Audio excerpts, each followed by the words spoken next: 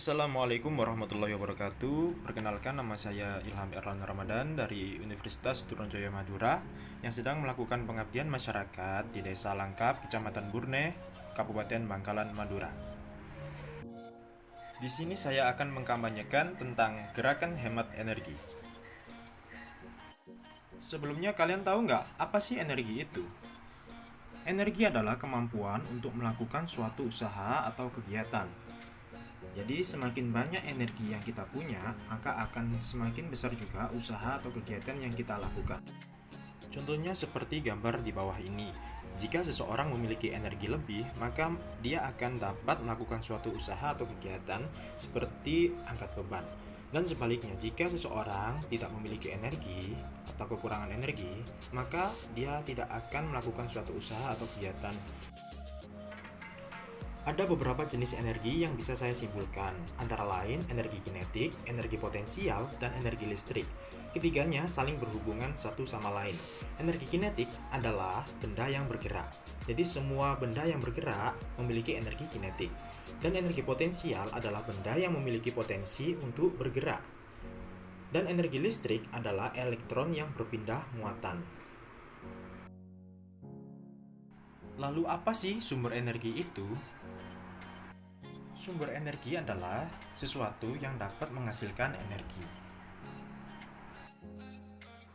Dan macam-macam energi berdasarkan sumbernya dibagi menjadi dua, yaitu energi tak terbarukan dengan energi terbarukan. Energi tak terbarukan adalah energi yang dimana sumber energinya tidak dapat diperbarui atau terbatas. Energinya berasal dari sisa makhluk hidup zaman dahulu atau biasa yang disebut dengan fosil. Dan energi terbarukan adalah energi yang dimana sumber energinya dapat diperbarui atau tidak terbatas.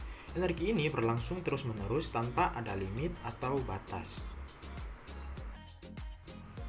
Contoh energi tak terbarukan antara lain gas bumi, minyak bumi, dan batu bara.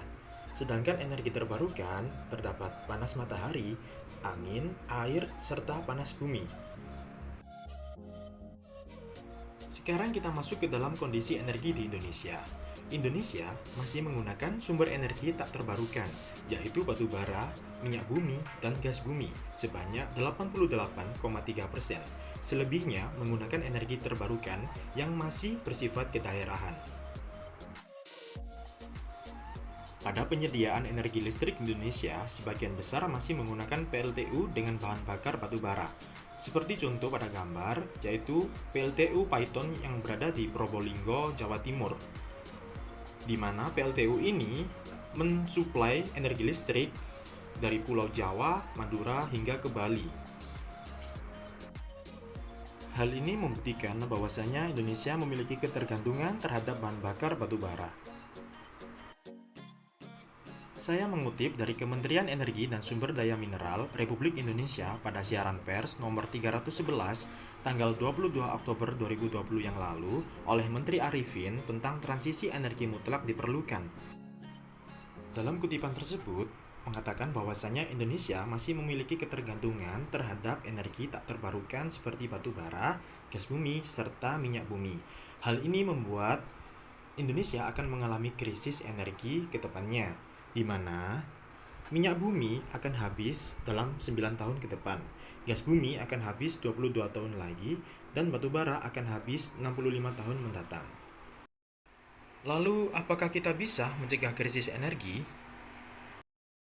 Tentu saja bisa, dengan cara berpindah dari pemanfaatan energi tak terbarukan menuju energi terbarukan sebagai energi alternatif. Seperti contoh panas matahari, kita dapat mengubah energi panas matahari menjadi energi listrik dengan cara pembuatan pembangkit listrik tenaga surya. Yang kedua ada angin. Kita dapat mengubah energi angin menjadi energi listrik dengan cara pembuatan pembangkit listrik tenaga bayu. Yang ketiga ada air. Kita dapat mengubah energi air menjadi energi listrik melalui turbin dengan cara pembangkit listrik tenaga air. Serta panas bumi. Kita dapat mengubah energi panas bumi menjadi energi listrik melalui pemanasan seperti halnya dengan PLTU pada umumnya.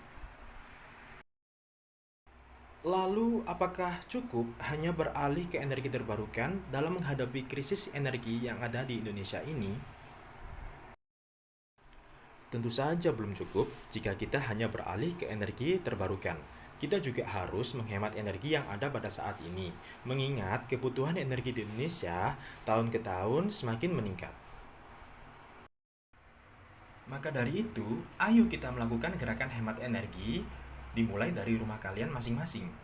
Seperti bijak dalam penggunaan listrik, mematikan lampu dan air ketika selesai digunakan, dan tidak memakai kendaraan bermotor jika serasa perjalanan sangat dekat. Ayo hemat energi untuk masa depan Indonesia.